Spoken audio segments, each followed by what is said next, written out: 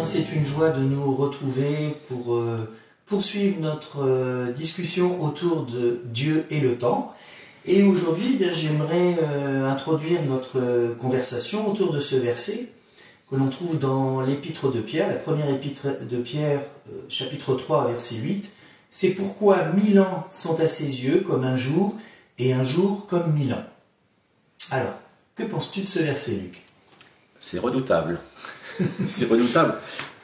Parce que ça parle plus de l'homme que ça ne parle de Dieu, en fait. Parce que la citation de l'apôtre Pierre, elle est issue du psaume 90, un des seuls psaumes attribués à Moïse, et qui en fait, au travers de cette expression, veut parler de la brièveté de la vie humaine. Alors je lis, parce que là il faut vraiment lire le texte dans la Bible. « Tu fais retourner les hommes à la poussière, et tu leur dis, fils d'Adam, retournez à la terre.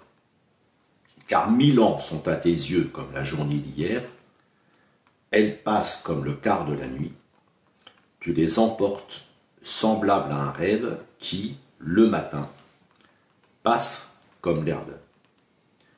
Elle fleurit le matin, et elle passe.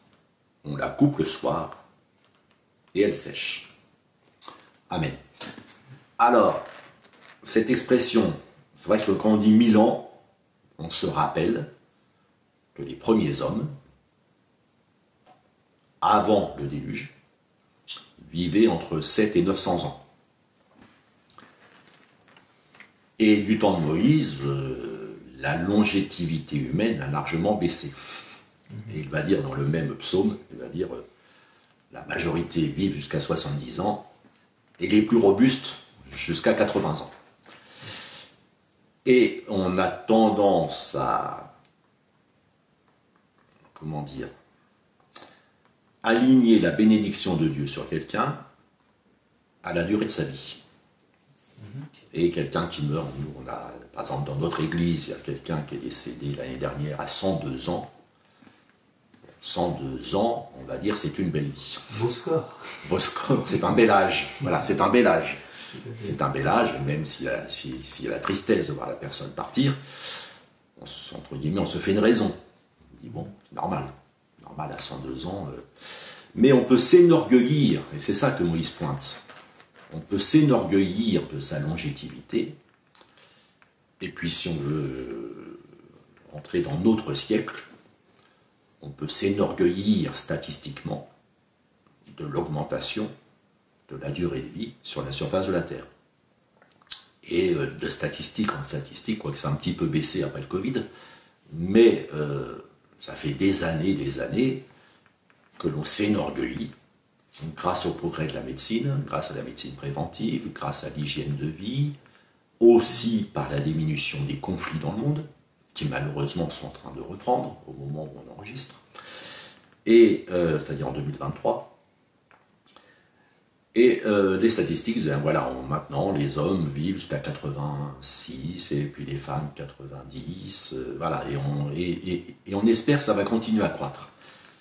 Mais même si on arrivait à ce que toute l'humanité vive au minimum 100 ans, ce qui serait déjà un record, c'est comme un coup comme une claque que Dieu nous donne, en disant, mais pour moi, 1000 ans, c'est comme un jour.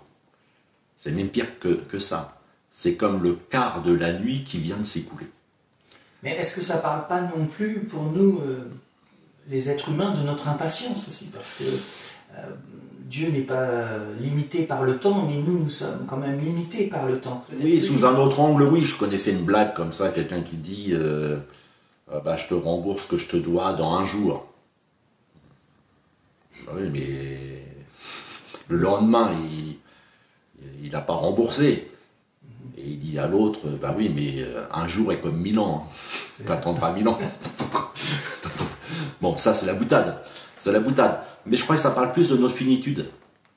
Bien sûr, il y a la notion d'impatience, surtout quand on est dans l'épreuve. Et il y a un temps où Dieu intervient pour restaurer une situation. Mais dire à quelqu'un qui est malade, tu attendras 1000 ans pour que le Seigneur te guérisse, ce serait quand même cruel. Ce serait cruel. Et quand l'apôtre Paul dit qu'avec chaque épreuve, Dieu a prévu un temps pour en sortir, heureusement, on est bien dans le temps terrestre. On est bien dans le temps terrestre tel qu'on le connaît.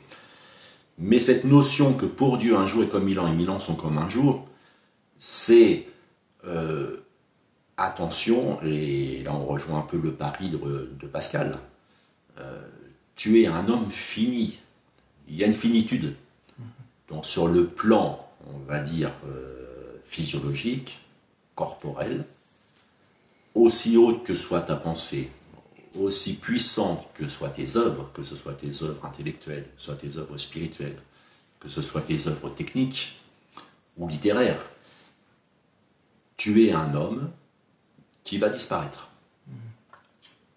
Et si tu t'enorgueillis de tes réalisations ou de ton existence, rappelle-toi que ton temps est compté sur cette terre. Ça me rappelle un verset aussi de l'apôtre Paul qui dit « rachetez le temps ». Et oui, puisque notre temps est limité, et nous n'en connaissons pas la date de fin, et peut-être certains de ceux qui nous regardent vont vivre un âge canonique, mais d'autres vont voir leur vie s'interrompre brutalement. Et racheter le temps, c'est... Alors là, c'est sous l'angle de ma dévotion envers Dieu, de mon amour envers le prochain. Puisque le temps est compté, à la fois mon temps individuel, il est compté, et à la fois le temps de l'histoire, c'est-à-dire le temps qui va voir Jésus revenir dans notre monde, comme il l'a promis. Je n'en connais pas la date. Donc pour ces deux raisons-là, tout ce que je peux faire chaque jour où Dieu me prête vie, tout ce que je peux faire de bon, d'utile, d'agréable, d'aimant, il faut le faire. Hein. Tout ce que ta main trouve à faire, fais-le. Mais fais-le sans t'en enorgueillir, mais en remerciant Dieu de ce qu'il t'a permis de faire. Et c'est ça, le racheter le temps, plutôt que de faire des choses futiles, des choses inutiles. Ça, c'est une perte de temps. Mais plus grave que ça, utiliser son temps à haïr, utiliser son temps à maudire, utiliser son temps à cultiver l'amertume ou la rancune, c'est la plus mauvaise façon d'utiliser le temps. Alors le racheter le temps, il implique tout ça.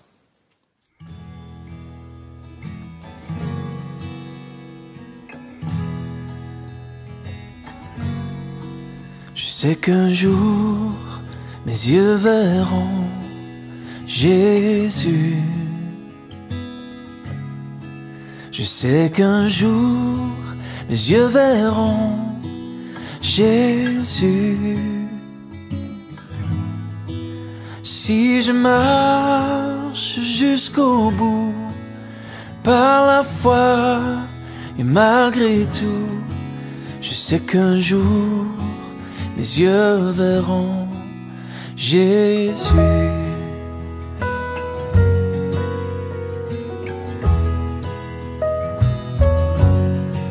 Je sais qu'un jour, mes yeux verront Jésus. Je sais qu'un jour, mes yeux verront Jésus. Oh oui. Si je marche jusqu'au bout, par la foi et malgré tout, je sais qu'un jour, mes yeux verront Jésus.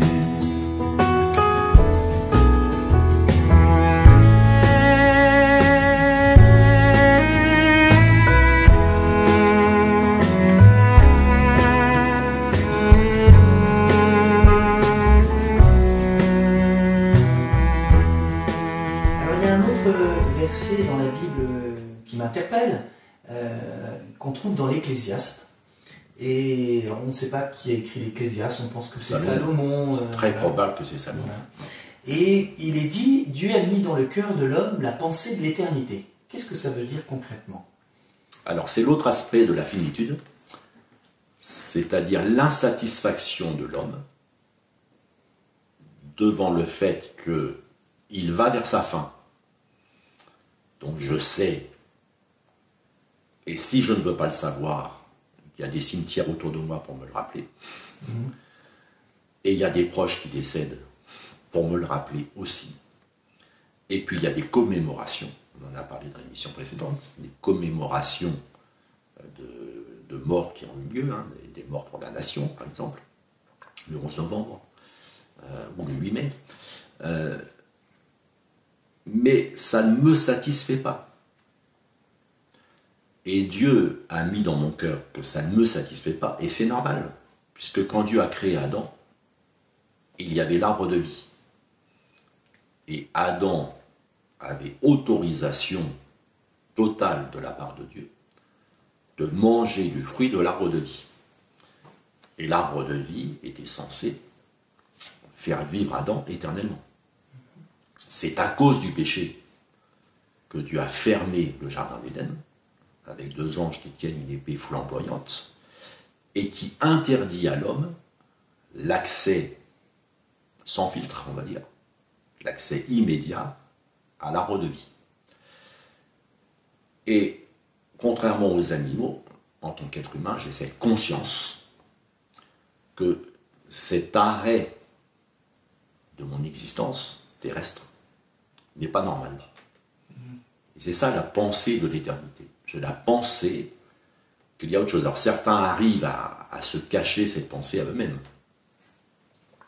Mais la majorité des êtres humains a la pensée qu'il y a quelque chose qui n'est pas normal. Alors après, chacun va chercher de peupler cette insatisfaction de façon différente. Par exemple, dans les pays asiatiques, où il y a le bouddhisme et l'hindouisme, on va essayer de dire, par le jeu des réincarnations,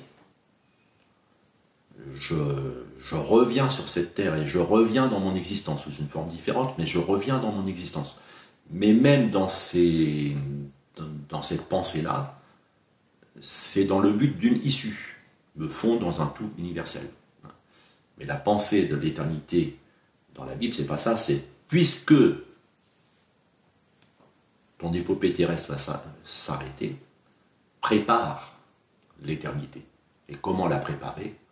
En venant à Jésus-Christ, qui est l'arbre de vie. Et c'est lui qui donne la vie éternelle. Merci Luc. Nous nous retrouvons prochainement pour une nouvelle chronique autour de Dieu et le temps.